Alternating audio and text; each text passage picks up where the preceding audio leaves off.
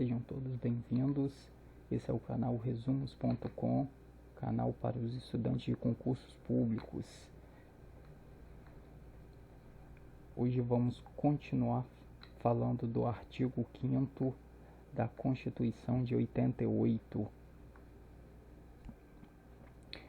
Esse é o artigo mais extenso da Constituição e também um dos mais importantes para as provas. Observação que sempre deixo: não deixem de ler a Constituição, a lei seca. Agora vamos entrar no artigo 5º. Artigo 5º da Constituição de 88. Todos são iguais perante a lei. Aqui está o princípio da igualdade, que busca o tratamento igualitário entre homens e mulheres. Previsto na Constituição, no artigo 5º, pressupõe que o sexo não possa ser utilizado como discriminação, com propósito de desnivelar homens e mulheres, mas pode e deve ser utilizado com a finalidade de atenuar os desníveis sociais, políticos, econômicos, culturais e jurídico existente entre eles. Qual seria a extensão da ideia de igualdade? Igualdade em sentido formal e material. As duas são aplicadas no Brasil. Igualdade em sentido formal, dar tratamento igual para todos.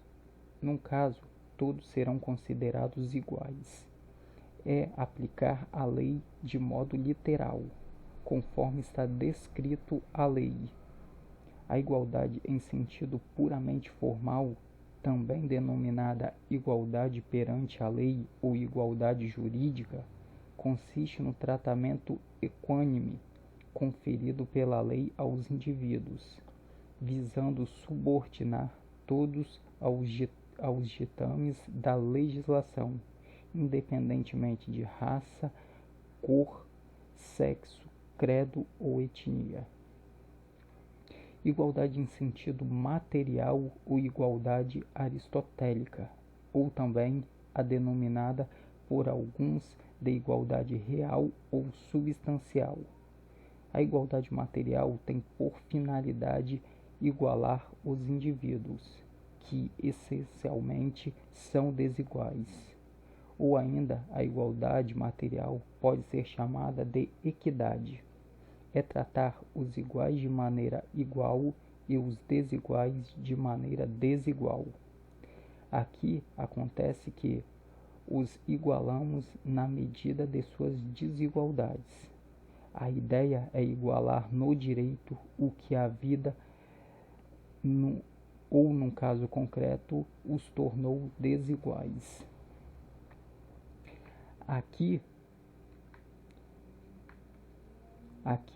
entram as cotas destinadas aos negros, que são exemplos de igualdade em sentido material ou igualdade aristotélica ou também equidade. Aqui é um exemplo, as cotas destinadas a negros, as cotas destinadas a pessoas com deficiência nas universidades, as cotas no concurso público, visando sempre a igualdade material. Aqui surgem as chamadas ações positivas ou afirmativas do Estado, que seriam como uma discriminação reversa ou do bem, tentando dar uma força maior para aqueles que a vida deu mais obstáculos para superar.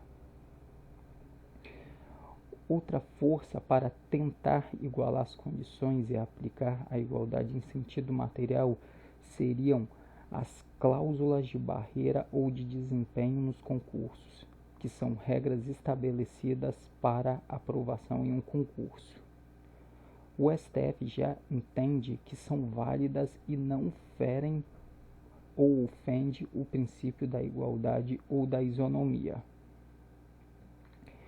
Observar que o STF tem entendimento que a Constituição de 88 disse menos do que realmente queria quando diz no artigo 5º que é garantido aos brasileiros e aos estrangeiros residentes no país a inviolabilidade do direito à vida, à liberdade, à igualdade, à segurança e à propriedade. Temos que ter o entendimento que isso também deve ser aplicado aos estrangeiros que estejam no Brasil, garantindo também os efeitos da execução penal para todos aqueles que estejam no Brasil. Outra observação, o STF entende que mesmo o estrangeiro que tenha situação irregular no Brasil, quando é preso, tem o direito dos benefícios da execução penal, que seria o caso da progressão de regime, onde se passa do regime fechado para semiaberto, do semiaberto para o aberto. Homens e mulheres têm direitos e obrigações iguais perante a lei.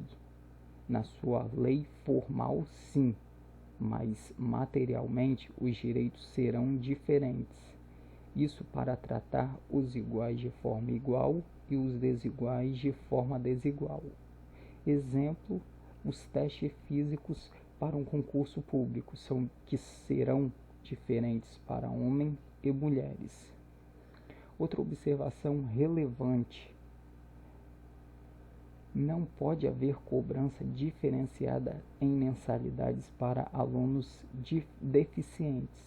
Esse é o entendimento do STF. Também, da mesma forma, não poderá haver cobrança de valores para leitos diferenciados pelo SUS. Outro caso é o caso dos transgêneros, que é o caso da pessoa que tem um gênero de nascimento que não se identifica. Aí, quando quer mudar de nome de homem para mulher ou vice-versa, sem ter feito a cirurgia de mudança de sexo, ele pode sim fazer, sem ter feito a cirurgia. O STF tem entendimento que isso pode ser feito tanto na via judicial ou tanto no cartório, mesmo sem ter se realizado a cirurgia de mudança. Agora vem as questões relacionadas aos vínculos conjugais. No casamento, quando a pessoa casa, são chamados de cônjuge, e na união estável são chamados de companheiro. Isso quando o vínculo é entre pessoas do sexo oposto. Entre pessoas do mesmo sexo devem ser asseguradas as mesmas garantias dadas às pessoas de sexos opostos, inclusive em relação aos direitos sucessórios. Antigamente, a proteção dada ao cônjuge era maior que a dada ao companheiro ou à companheira que sobreviveu. Hoje, o direito sucessório traz os mesmos direitos para o companheiro ou cônjuge que sobrevive, também devendo ser aplicado aos vínculos de pessoas do mesmo sexo. Falando de teste de aptidão física, no caso do candidato não ter realizado no dia marcado e este candidato quer uma segunda chance ou chamada, é possível?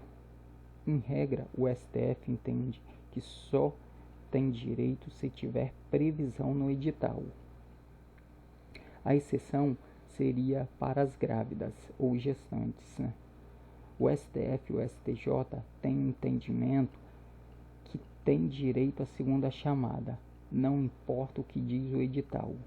O STJ veio também em um julgado e diz que a amamentante, lactante, tem direito à segunda chamada do curso de formação.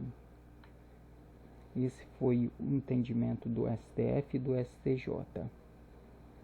Obrigado, até logo, teremos mais aulas, acompanhe.